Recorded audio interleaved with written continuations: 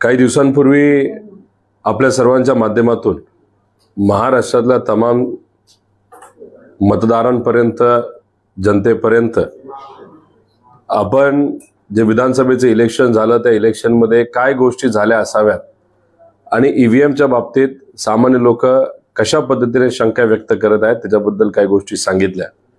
त्यानंतर अनेक लोक भेटल्यानंतर त्यांनी अजून मुद्दे तिथे दिलेले जे आपल्या समोर मी आता या प्रेस कॉन्फरन्सच्या माध्यमातून तिथं मांडेल। याच्यामध्ये स्ट्राइक रेटचा आपण जर अभ्यास केला, याच्यामध्ये आपण जर बघितलं तर बीजेपी 149 सीट लढली, त्याच्यामध्ये 132 सीटवर ते जिंकले, म्हणजे 88.6% स्ट्राइक रेट त्यांचा राहिला। शिवसेना शिंदे गट 81 सीट लढले, 57 मध्ये त्यांना विजय मिळाला, 70%चा स्ट्राइक रेट। राष्ट्रवादी अजितदादा 59 लढले, 41 जिंकले, 69.5चा स्ट्राइक रेट आणि ऍव्हरेज 81.9 असा त्यांचा स्ट्राइक रेट होता। चांगली गोष्ट आहे। लोकसभेमध्ये आपण जर अभ्यास केला तर बीजेपी 28 पैकी 9 32% स्ट्राइक रेट होता, जो आता 88% गेलेला आहे। शिवसेना 15 लढले, 7 जिंकले, 46.7 46.7% स्ट्राइक रेट होता, जो 70% गेलेला आहे। अजितदादा 4 लढले, 1 जिंकले, 25% होता, आता 69% तिथे गेलेला आहे। आता याचा अजून खोलात आपण जाऊन अभ्यास केला, याच्यामध्ये भाजपकडनं जे सांगितलं जातंय की लाडक्या बहीण योजनेचा फायदा आम्हाला मोठ्या प्रमाणात झाला। मग आपण मध्य प्रदेशचा अभ्यास याच्या बाबतीतला केला, त्याच्यामध्ये 14चं त्यांचं इलेक्शन पार्लमेंटचं बघितलं, 19चं बघितलं, 24चं बघितलं, आमदारकीचं इलेक्शन त्यांचं तिथं बघितलं। त्याच्यामध्ये आपण जर बघितलं त्यांनी योजना ही आत्ता झालेलं इलेक्शनच्या आधी त्यांनी तिथं आणली होती, म्हणजे 23ला जे त्यांचं आमदारकीचं इलेक्शन झालं होतं त्याच्या पूर्वी त्यांनी लाडकी बहीण योजना आणली होती। त्याच्यातच काँग्रेसची जी पूर्वीची ताकद होती, सिंधिया जे काँग्रेसचे मोठे नेते होते ते बीजेपीकडे गेल्यानंतर 23 मध्ये जे इलेक्शन झालं त्याच्यामध्ये बीजेपीची स्वतःची ताकद होतीच, पण त्याच्याबरोबर सिंधिया त्यांच्याबरोबर आल्यामुळे त्यांची ताकद अधिकची तिथं वाढली होती आणि लाडकी बहीण योजना त्याच्या आधीच त्यांनी तिथं आणली होती। आणि त्यावेळेस बीजेपीची खूप मोठी ताकद असताना सुद्धा मध्य प्रदेशमध्ये त्यांचा स्ट्राइक रेट होता 70.8%, जो आज या महाराष्ट्रामध्ये सोयाबीन, कपाशी, शेतकऱ्याच्या अडचणी, बेरोजगारीचा प्रश्न, महिला सुरक्षतेचा विषय, दुधाचा प्रश्न, असे अनेक विषय असताना सुद्धा 88.6% त्यांचा तिथं स्ट्राइक रेट राहिला। त्याच्यात खोलात आपण थोडंसं जाऊया। आता याच्यामध्ये जिथं जिथं आमदार रिपीट झाले, नाहीतर त्यांच्या नातेवाईकांना तिथं संधी दिली, बीजेपीमध्ये 100 ठिकाणी तेच आमदार परत रिपीट झाले, नाहीतर नातेवाईकांना संधी दिली, त्यात 95 आमदार निवडून आले, म्हणजे त्यांचा स्ट्राइक रेट हा 95.0% होता। अजितदादांमध्ये 39 आमदार रिपीट झाले, 32 निवडून आले, 82चा स्ट्राइक रेट आहे। शिवसेना 45 आमदार एकनाथ शिंदे साहेबांचे रिपीट झाले, 38 निवडून आले, 84.8 म्हणजे ज्याच्यामध्ये रिपीट झालेले, जिथं अँटी इन्कम्बन्सी आपण ज्याला म्हणतो, या सर्व इतर विषयामुळे, अडचणींमुळे त्यांचे 89.8 म्हणजे 89.8% त्यांचा स्ट्राइक रेट झाला। आता ह्याच्यात खोलात जाऊन आपण अभ्यास केल्यानंतर याच्यामध्ये एक थोडासा अंदाज असा येतोय, बीजेपीला फायदा लाडक्या बहीण योजनेचा नक्कीच थोड्या प्रमाणात तिथं झालेला आहे। त्याच्याच बरोबर मोठ्या प्रमाणात जो जातीवाद या महाराष्ट्रामध्ये गेल्या 2 वर्षामध्ये केला, त्याच्यामध्ये सुद्धा त्यांना दुर्दैव म्हणावं लागेल, संतांच्या भूमीमध्ये, शिवशाहू फुले आंबेडकरांच्या भूमीमध्ये इथं जातीवादाचा सुद्धा खूप मोठ्या प्रमाणात तिथं फायदा झालेला आहे। त्याच्याच बरोबर काही इतर पक्ष ज्याच्यामध्ये वंचित असेल, AIM असेल, अशा या लोकांचा सुद्धा फायदा तिथं झालेला आहे। पण खोलात जाऊन अभ्यास आपण केला तर कुठेतरी अंदाज असा येतोय काही तज्ञांचा आणि काही लोकांचा की जिथं भाजपचा उमेदवार महाविकास आघाडीच्या विरोधात उभा होता, तिथं कुठेतरी ईव्हीएम मध्ये ऍडजस्टमेंट हे 10%चं झालं होतं का काय, असा प्रश्न निर्माण होत आहे। जिथं अजितदादा आणि एकनाथ शिंदे साहेबांचा उमेदवार उभा होता तिथं 8%चं ऍडजस्टमेंट झालं अशी चर्चा आहे। त्याचा अर्थ 100 मतदान जेव्हा होत होते त्यानंतर 10% म्हणजे 10 मतं सिस्टमकडनंच म्हणजे ईव्हीएम कडनंच तिथं ऑटोमॅटिकली बीजेपीला मिळत होते, अशी एक चर्चा तिथं सुरू झालेली आहे. त्यामुळे 3,60,000 मतदार तिथं असतील.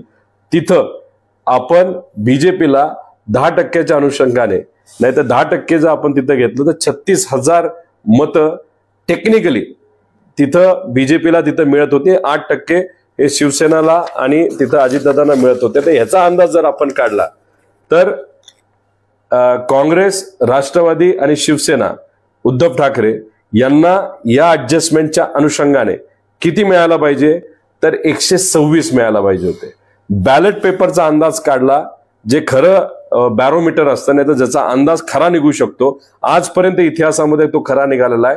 आपल्याला 137 मिळायला पाहिजे महाविकास आघाडीला.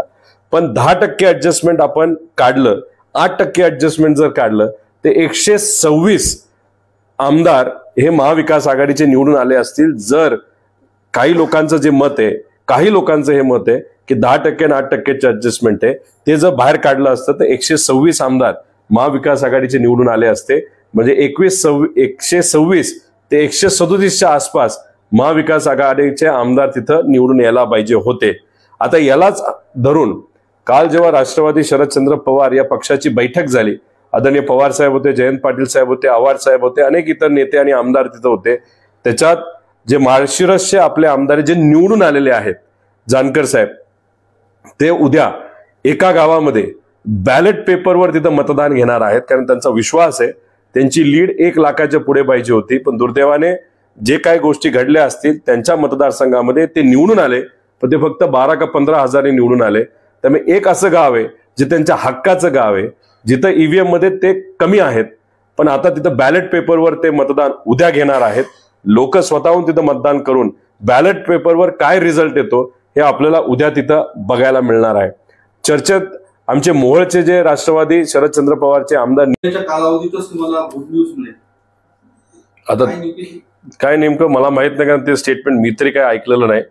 लंके भाऊंनी त्या बाबतीत काय स्टेटमेंट केलं याचा अभ्यास करावा लागेल, त्यांची चर्चा करावी लागेल आणि मग चर्चा केल्यानंतर याच्यावर आपण स्पष्टपणे आपल्याला बोलता येईल.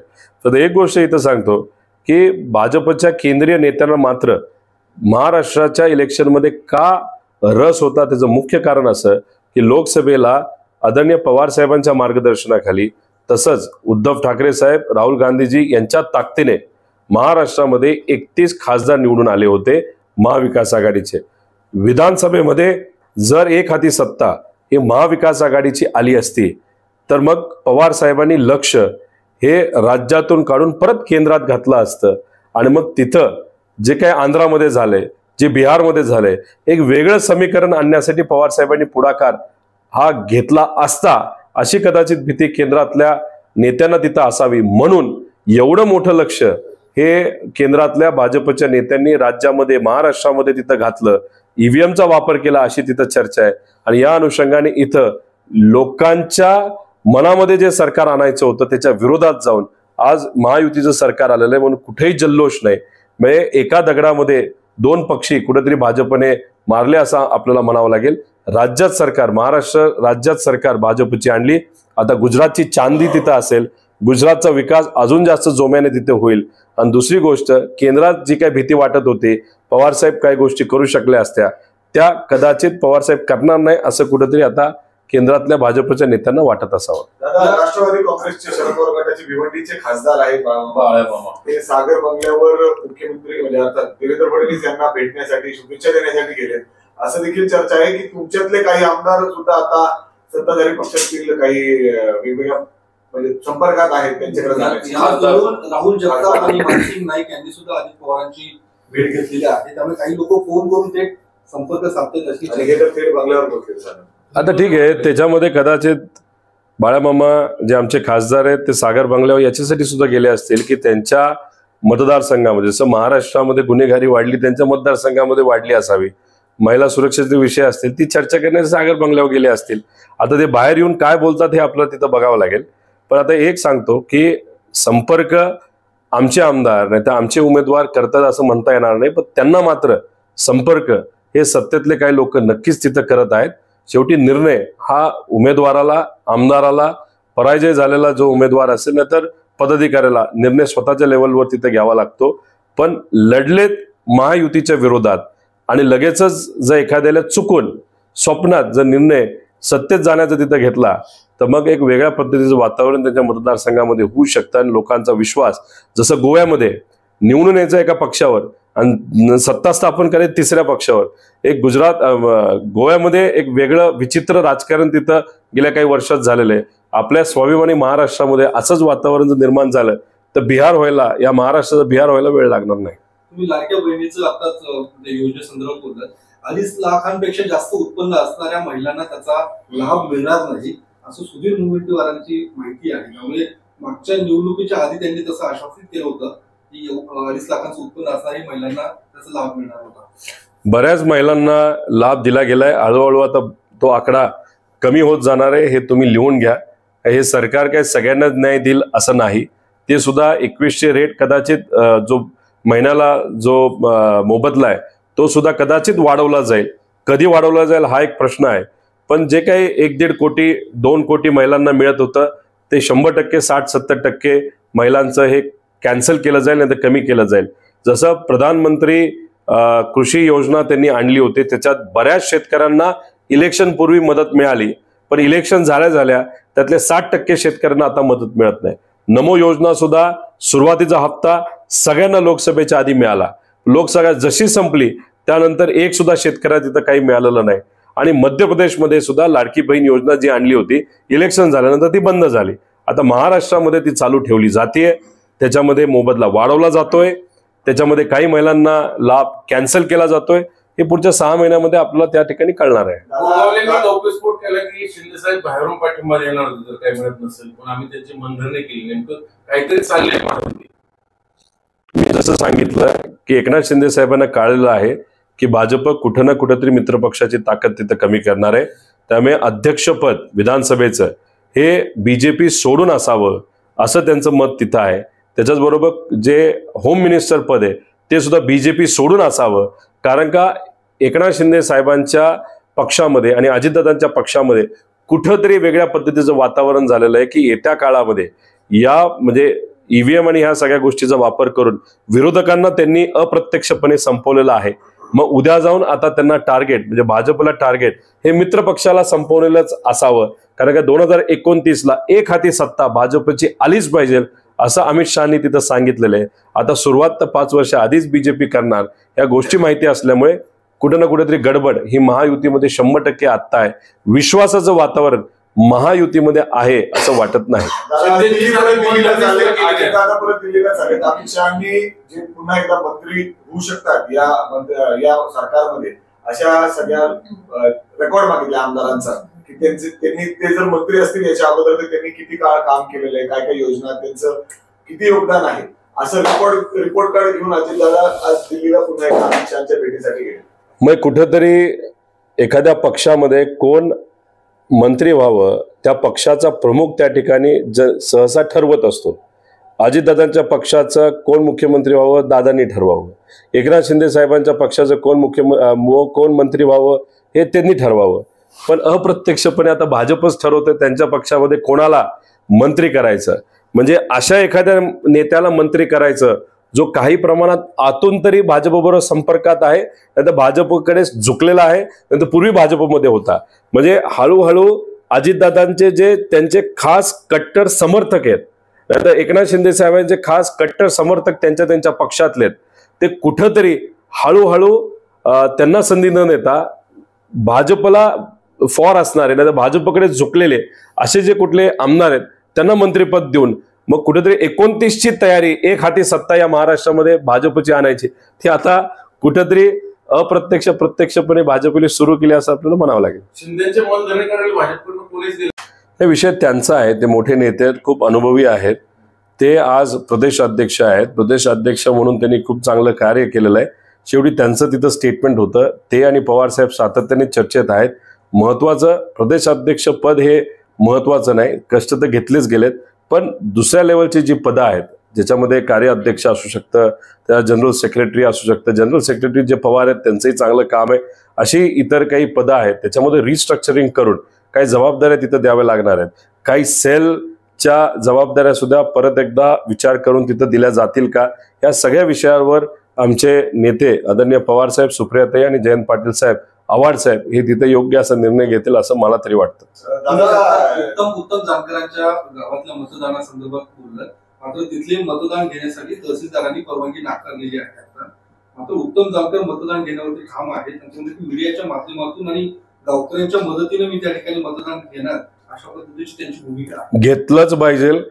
कुणी कुठं दबाव आणत असेल तर मला असं वाटतं ही लोकशाही आहे आणि त्याच्यामध्ये आपण अशा पद्धतीने मॉक पोल नाहीतर जो पोल आपण बॅलेट पेपरवर तिथं घेत आहे, तिथं असणाऱ्या नागरिकांचे, संविधानाने आम्हाला सगळ्यांना हक्क दिलेला आहे, तिथं असणाऱ्या नागरिकांना दिलेला आहे. नागरिकांची इच्छा असेल तर तिथं बॅलेट पेपरवर उद्या एक इलेक्शन होणारच आणि गाव लेवलला आपल्या सगळ्यांना तिथं दाखवून देणार ते गाव, या देशाला एक दिशा देणारं काम उद्या सगळे तिथं ग्रामस्थ करणार आहेत. त्यामुळे ग्रामस्थ ठाम राहतील आणि उद्या इलेक्शन होणार म्हणजे होणार. ठीक आहे, आता प्रशासन त्यांना पर्याय राहिला नाही, त्यांना नेत्यांचं ऐकावं लागतं, सत्तेत ऐकावं लागतं, ते त्यांच्या लेवलवर विरोध करतील, पण तिथं मॉक पोल हा बॅलेट पेपरवर झाल्याशिवाय राहणार नाही असा विश्वास आहे.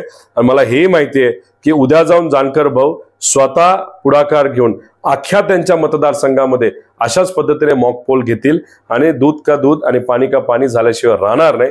हे जे काय लोकशाहीची थट्टा सुरू आहे ते कुठेतरी लोकांसमोर आलं पाहिजे. लोकांनी सुद्धा या बाबतीतला उठाव हा केला पाहिजे, कारण का आज अशा पद्धतीने तुमचा जो अधिकार आहे, तुमचा स्वाभिमान आहे, तुमचं जे मत आहे, याच्यावर जर तिथं गैरप्रकार होत असतील तर उद्या जाऊन सामान्य लोकांना आवाजच राहणार नाही. आणि तो जर आवाज राहिला नाही तर उद्या जाऊन फक्त ताकद, पैसा आणि सत्ता असणाऱ्या लोकांच्या हातामध्येच ह्या सगळ्या गोष्टी तिथे जातील आणि मग तुमचा आवाज म्हणून लढणारेच लोक तिथं नसतील तर आपण बाजूला राहू आणि फक्त सत्तेत आणि पैशावाल्यांचीच सत्ता येत्या काळामध्ये आलेली आपल्या सगळ्यांना बघायला मिळेल. दादा, संजय राऊतांनी आज पुन्हा एकदा सकाळी बोलताना असं वक्तव्य केलंय की जेव्हा उद्धव ठाकरे मुख्यमंत्री होते, अर्थात जेव्हा आम्ही देवेंद्रजींशी अशी मैत्रीपूर्वक बोलवायचं तर त्यांचं म्हणणं होतं की मुख्यमंत्र्यांनी गृहमंत्रीपद ठेवायला हवं होतं आणि त्याचाच फटका महाविकास आघाडी अर्थात उद्धव ठाकरेंना बसला आणि त्यांना सरकार गमवावं लागलं, असा सल्ला तेव्हा देवेंद्रजींनी देखील दिला होता. मुख्यमंत्री आणि विधानसभा अध्यक्ष दोन्ही पदे जर शिवसेनेकडे असतील एक तुम्ही समजून घ्या की विधानसभेचे अध्यक्ष पद मला वाटत नाही एकनाथ शिंदे साहेब आणि अजितदादा हे भाजपला जाऊन देतील, कारण भाजपची चाल हे अजितदादांना आणि एकनाथ शिंदे साहेबांना उशिरा का होईना आता कळायला लागलेली आहे. जर तिथं भाजपचा एखादा आमदार अध्यक्ष म्हणून जर आला तर काही असे उमेदवार अजितदादांच्या पक्षामध्ये सुद्धा आहेत जे अजून पण बीजेपीला फेवर करतात, एकनाथ शिंदे साहेबांच्या सुद्धा पक्षामध्ये आहेत. उद्या जाऊन काही घोटाळा होऊ शकतो, कारण एक बाजूला भाजपचं असं मत आहे की पवार साहेबांचा पक्ष 10 वर आलेला आहे, तिथं उद्धव ठाकरे साहेबांचा पक्ष खाली आलाय, काँग्रेस आला, आम्ही सगळे कमी आहोत, त्यामुळे आमची ताकद तिथं संपलेली आहे.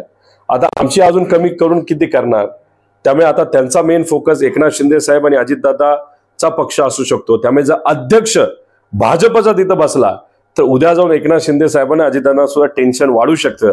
त्यामुळे ते पद मला वाटत नाही एकनाथ शिंदे साहेब आणि अजितदादा हे भाजपला जाऊन देतील. त्याच्याच बरोबर गृहमंत्रीपद कोणाकडे असावं हा शेवटी निर्णय त्या सरकारचा तिथं असतो.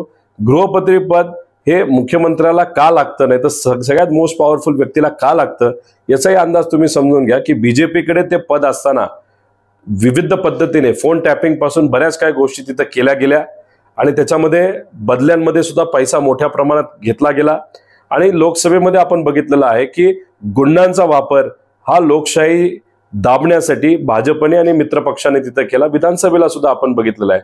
त्यामुळे होम मिनिस्ट्री पद हे कुठंतरी लोकांचा आवाज दाबण्यासाठी, गुंडांना ताकद देण्यासाठी केला जाऊ शकतो अशी भीती कुठेतरी वाटते. आता कोणाला मिळेल ते बघावं लागेल. दोन्ही पदांची व्हायटेलिटी जी काय उपयुक्तता ही शिवसेनेच्या त्यावेळी लक्षात आली नव्हती असं आपण, आणि जर आली असती तर मग सरकार पडलं नसतं. शेवटी आज काय घडलं, आता झालं असं की एकनाथ शिंदे साहेबांनी त्यावेळेस दबाव होता का काय होतं हे आपल्याला सांगता येणार नाही, का पैशाचा वापर झाला हे आम्हाला आज सांगता येणार नाही. पण जे काय झालं ते काय होम मिनिस्ट्री पद मिळालं नाही म्हणून झालं असं आपल्याला म्हणता येणार नाही. आपल्याला इनपुट होतं, त्या बाबतीतली चर्चा झाली होती पण उद्धव ठाकरे साहेबांना कुठेतरी आमदारांवर एक विश्वास होता, एक वेगळ्या प्रकारचं नातं होतं. अशात आमदार असं काहीतरी वेगळं करतील, एकनाथ शिंदे साहेब वेगळं करतील असं त्यांना कदाचित वाटलं नसावं, पण दुर्दैवाने ती गोष्ट घडली. त्यामुळे वेगळ्या अर्थाने बोलायचं झालं तर विश्वासघात झाला होता. त्यामुळे होम मिनिस्टर पद असलं असतं, वेगळं काहीतरी झालं असतं असं मला तिथं वाटत नाही. आणि होम मिनिस्टर पदाचा वापर हा चुकीच्या पद्धतीने होऊ शकतो. आणि गेल्या काळामध्ये आपण जर बघितलं, ज्या वेळेपासून हे पद भाजपच्या हातामध्ये आलेलं आहे त्याच्यात गुन्हेगारी वाढलीच आहे, कमी झालेली नाही. दडपशाही आणि कुठेतरी दबाव तंत्र सुद्धा वाढलेलं आहे. त्यामुळे बीजेपीला ते पद का ठेवायचं आहे, तर अप्रत्यक्षपणे केंद्र सरकार सुद्धा राज्याच्या होम मिनिस्टरच्या माध्यमातून कुठेतरी खालच्या लेवलच्या लोकांवर कंट्रोल त्यांना ठेवायचं आहे. वर भाजपचं सरकार असेल तर खाली सुद्धा भाजपच्याच नेत्याच्या हातामध्येच गृहमंत्री पद असेल तर त्यांना ती सिस्टम सोपी जाऊ शकते. हे कदाचित भाजपला माहिती असल्यामुळे ते पद ते सोडत नाही. आणि एकनाथ शिंदे साहेब आणि अजितदादांना हे माहिती आहे की हे पद जर भाजपकडे राहिलं तर त्यांच्याच नेत्यांवर कुडगुड्या होऊ शकतात. त्यामुळे अध्यक्षपद आणि होम मिनिस्टर पद हे बीजेपीकडे जाऊ नये असं या दोन्ही पक्षाचं एक मत झालंय असं आपल्याला म्हणावं लागेल. निलेश लंकेंनी गौप्यस्फोट केलाय. ते म्हणतात की एका रात्रीत आम्ही सत्तेत मांडी लावून बसू शकतो, एका महिन्याच्या कालावधीतच तुम्हाला गुड न्यूज मिळेल. आता काय नेमकं मला माहित नाही, कारण ते स्टेटमेंट मी तरी काय ऐकलेलं नाही. लंके भाऊंनी त्या बाबतीत काय स्टेटमेंट केलं याचा अभ्यास करावा लागेल, त्यांची चर्चा करावी लागेल. आणि मग चर्चा केल्यानंतर याच्यावर पक्षाला तिथं दिल्या जातात त्याच्यामध्ये सुद्धा संधी कदाचित माझ्यासारख्या मिळू शकते. त्यामुळे उद्या काय होईल, त्यामुळे जे काही काल पद दिली ते खूप विचार करून दिली गेली आणि आमच्या सगळ्यांची सहमती त्याच्यामध्ये होती. आणि त्या समितीला पवार साहेबांनी शिक्कामोर्तब करून त्यानंतर जयंत पाटील साहेबांच्या उपस्थितीमध्ये प्रेस कॉन्फरन्स झालं आणि त्याच्यामध्ये नावं हे डिक्लेअर झाली. हे आपण सगळ्यांनी बघितलेलं आहे. महत्वाच्या संसदीय पदावर अनुभवी माणूस पाहिजे, साधे तरी काय. नवख्या मुलाला बेसिक गोष्टी अजून संसद विधानमंडळात पण त्यांनी प्रवेश केला, तूच ते पद देणं आणि तुमच्यासारख्या अनुभवी माणसाला रोज आवाज उठवण्यासारखं त्यांना डावलं जाणं कितपत योग्य. प्रत्योतचं काम हे महत्वाचं असतं. पण हेच गोष्ट तुम्ही समजून घ्या की आमच्याकडे एक तर नेते राहिलेले नाहीत आणि पवार साहेबांचा प्रयत्न आहे की नवीन चेहऱ्यांना तिथे संधी द्यावी आणि त्यांना तिथं घडवायचं. माझे 5 वर्ष झालेले आहेत. मुख्य प्रत्येकचं काम काय असतं याचा अंदाज नक्कीच तिथं मला लागलेला आहे. त्यामुळे मी अंदाज लागून मी परत त्या पदावर तिथं बसलं हे मला योग्य वाटत नव्हतं. त्यामुळे एका नवख्याला संधी तिथं दिली तर तो योग्य पद्धतीने तिथं पार पाडेल. आम्ही मार्गदर्शन करण्यासाठी तिथं आहे. आणि तुम्ही जर बघितलं न जिल्हा परिषदला पद घेतलं होतं, न महाविकास आघाडी सरकार असताना पद तिथं घेतलं होतं, पण येत्या काळामध्ये योग्य असं पद माझ्या अनुभवाला आणि जो काही संघर्ष त्या ठिकाणी मी केलेला आहे ते योग्य असं पद पार्टीकडनं सुद्धा मला मिळेल आणि पवार साहेबांच्या मार्गदर्शनाखाली सुद्धा ते मिळेल असा विश्वास माझ्यासारख्याला वाटतो.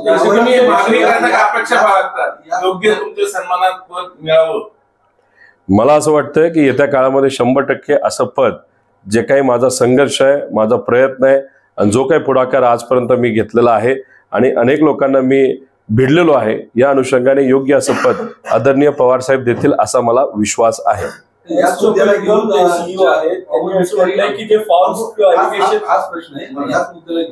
अमोल मिटकर यांनी ज्या पद्धतीने टीका केली की जयंत पाटलांनी करेक्ट कार्यक्रम केलाय की तुमचं बाल मित्र मंडळाच्या अध्यक्षांचं करेक्ट कार्यक्रम अशा पद्धतीचं होतं.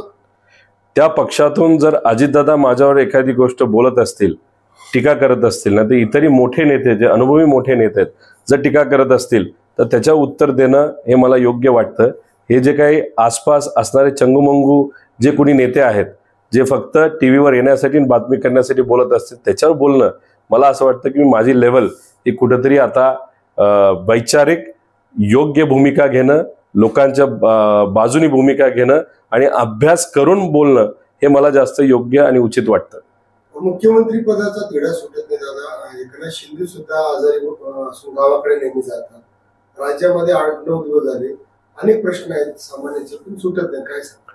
माझं एकच मत आहे, लवकरात लवकर मुख्यमंत्र्याचा तिढा हा सुटला पाहिजे. कारण जोपर्यंत मुख्यमंत्री पदाचा तिढा सुटत नाही तोपर्यंत इतर मंत्री आपल्या राज्याला मिळणार नाहीत आणि जोपर्यंत मंत्री मिळत नाहीत तोपर्यंत राज्याचा कारभार हा योग्य पद्धतीने तिथं होणार नाही. त्यामुळे मी विनंती करतो या सरकारला लवकरात लवकर मुख्यमंत्री पद द्यावं. पण भाजप हुशार आहे. मला असं वाटतं की भाजपली एक प्रस्ताव हा कुठेतरी एकनाथ शिंदे साहेबांना दिला असावा उपमुख्यमंत्री पदाचा. जी व्यक्ती मुख्यमंत्री पदावर राहिलेली आहे ती उपमुख्यमंत्री पदावर लगेचच कशी जाऊ शकते? आणि एकनाथ शिंदे साहेबांनी सुद्धा महायुतीला सत्तेत आणण्यासाठी खूप कष्ट घेतलेले आहेत. देवेंद्र फडणवीस साहेबांनी घेतले असतील, एकनाथ शिंदे साहेबांनी घेतलेत, अजितदादांनी सुद्धा तिथं घेतलेले आहेत.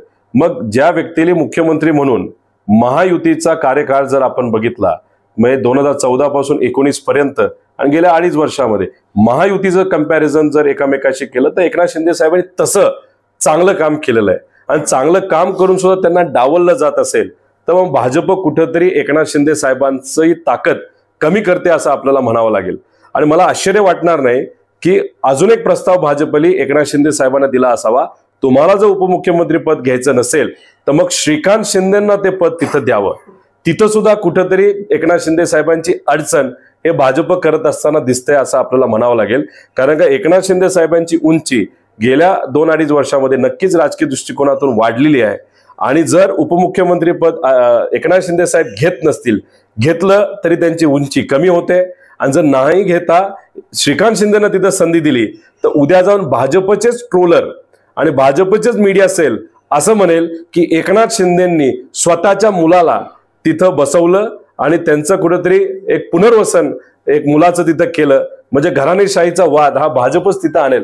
म्हणजे कुठं ना कुठंतरी एकनाथ शिंदे साहेबांची कोंडी भाजप मुद्दामून करते असं आपल्याला म्हणावं लागेल. आणि ह्या सर्व गोष्टी एकनाथ शिंदे साहेबांना कळाल्यामुळे तिथं डिले चालू आहे.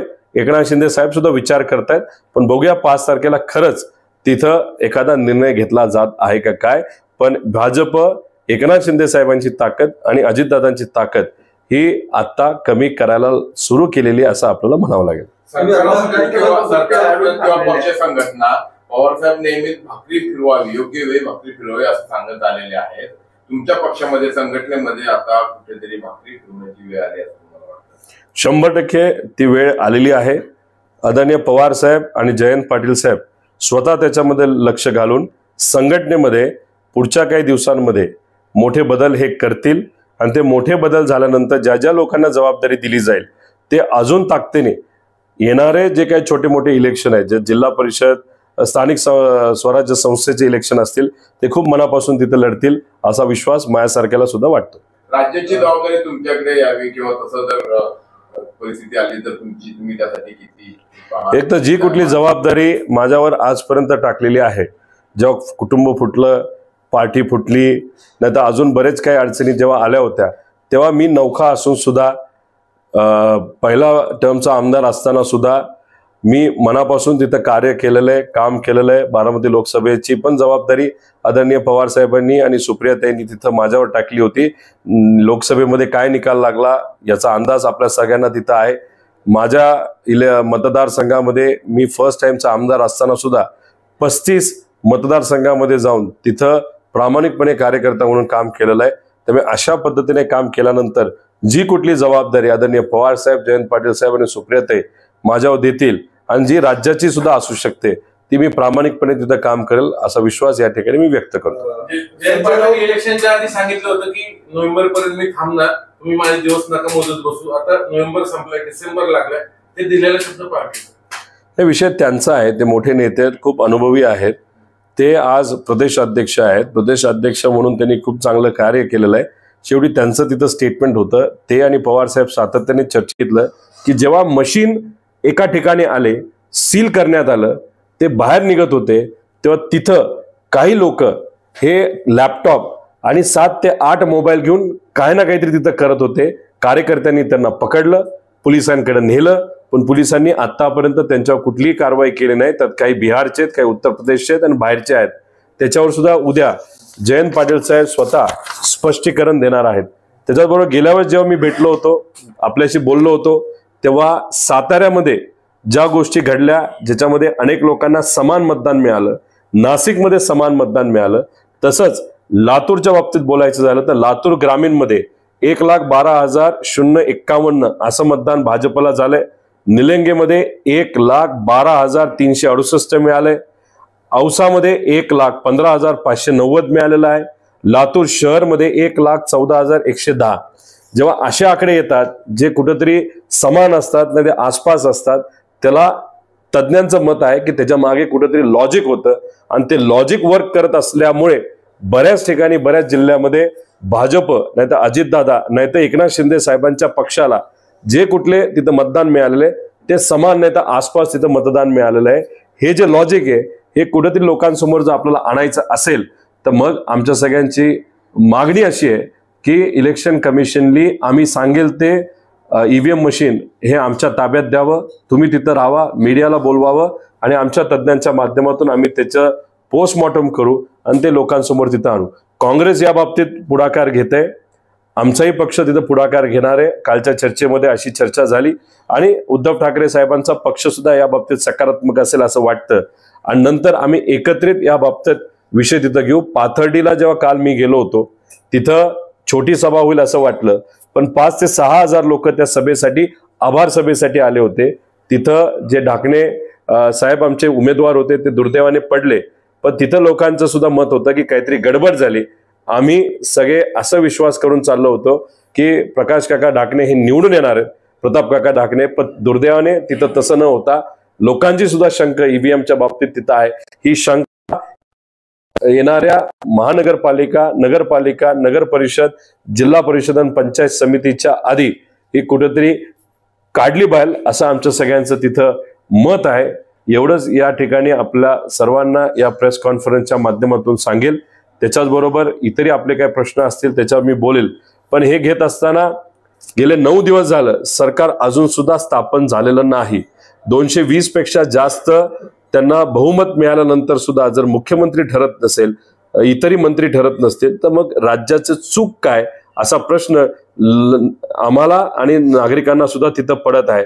आणि हे होत असताना बसच्या तिकिटामध्ये 14% वाढ करण्याचा प्रस्ताव हा आता तिथं बस म्हणजे एसटी महामंडळाकडनं तिथं आलेला आहे. त्याच्याच बरोबर आपण जर बघितलं कमर्शियल गॅस, जो वडापाव तळणारा जो कुठला छोटासा व्यावसायिक असेल, मोठे रेस्टॉरंट असतील, छोटे रेस्टॉरंट असतील, जे कोणी कमर्शियल गॅस वापरतात त्याच्यामध्ये 16% वाढ ही झालेली आहे आणि 2 महिन्यामध्ये 172 रुपयाची वाढ तिथं झालेली आहे. त्याच्याच बरोबर योजना दूत जे अप्रत्यक्षपणे महायुतीतल्या नेत्यांचा प्रचार करण्यासाठी वापरलं, आमच्या विरोधात त्यांना वापरलं. 1 महिन्याचा पगार त्यांना दिलेला, 27,000 युवा आहेत, 2 महिन्यांचा पगार अजूनपर्यंत त्यांचा दिला नाही. ठीक आहे, आमच्या विरोधात कदाचित त्यांनी अप्रत्यक्षपणे प्रचार केला असला तर या योजना दूतच्या वतीने आम्ही सरकारला विनंती करतो की त्यांचा 2 महिन्याचा पगार हा कुठेतरी द्यावा. मला असं वाटतं ईव्हीएमनेच इतका फायदा कदाचित या महायुतीच्या सरकारला केला असावा, तर बाकीच्या ज्या लोकांनी त्यांना मदत केली ती मदतच झाली नाही असं कदाचित सत्तेतल्या लोकांना वाटत असेल तर त्यांचा जो पगार आहे तो तिथं द्यावा अशी विनंती करतो. आम्हाला अजूनही कळत आहे की न्यायालयाच्या भरतीमध्ये सुद्धा आता कॉन्ट्रॅक्ट भरती तिथं होणार आहे. त्याचा विरोध याही प्रेस कॉन्फरन्समध्ये आम्ही करतो, उद्याही जाऊन त्याचा विरोध तिथं करणार आहोत.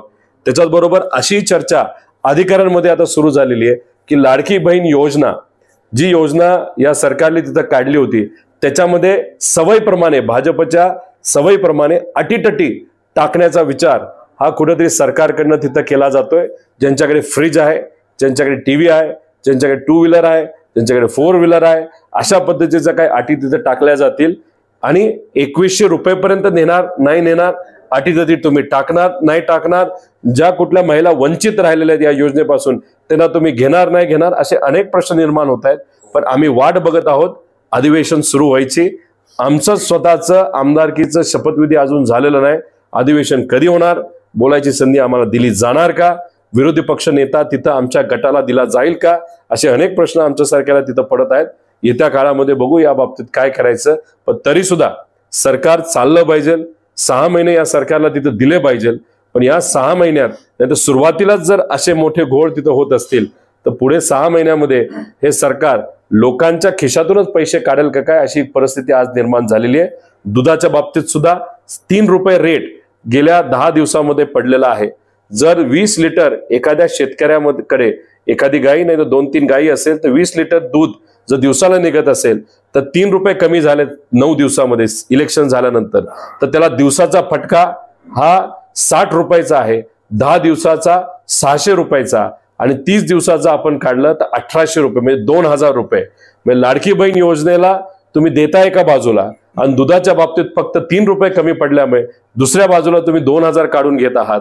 तर हे सगळे मुद्दे आहेत सामान्य लोकांच्या वतीने, बेरोजगार युवांच्या वतीने, शेतकरी, कष्टकरी आणि मध्यम वर्गाच्या वतीने आम्ही येत्या काळामध्ये 100% लोकांच्या बाजूने लढत राहू, एवढंच या ठिकाणी सांगतो. तुमचे जर प्रश्न असतील ते घेण्यासाठी मी तयार आहे. असं तुम्ही आपलं मोठे ताकदीने संकटच्या वेळेला आवाज उठवतो, मान्य आहे, कौतुक आहे तुमचं, पण तुमच्याच पक्षात तुमचा आवाज दाबला जातो, नवीन पोराला मुख्य प्रस्तुत केलं जातं आणि तुम्हाला डावलं जातं. त्या बैठकीमध्ये जेव्हा चर्चा चालू होती कोणाला संधी द्यायची, आदरणीय पवार साहेब तिथं होते. त्या उपस्थितीमध्ये मीच विनंती केली की रोहित पाटलांना मुख्य प्रतिहोत म्हणून तिथं संधी द्यावी, जानकर भाऊंना सुद्धा संधी द्यावी. आणि आव्हाड साहेब एक सिनियर नेते आहेत, आव्हाड साहेब असतील, जयंत पाटील साहेब असतील, हे सिनियर नेते असतील, त्याच्यामध्येच कोणाला तरी एखाद्याला तिथं गट नेता म्हणून संधी द्यावी असा प्रस्ताव मी स्वतः त्या बैठकीमध्ये लावला होता. त्यामुळे माझ्यावर अन्याय झालं असं बोललं आणि चर्चा होणं हे चुकीचं आहे असं मला वाटतं. येत्या काळामध्ये संविधानिक पद जे सरकारमध्ये असतं, ज्या काही कमिटी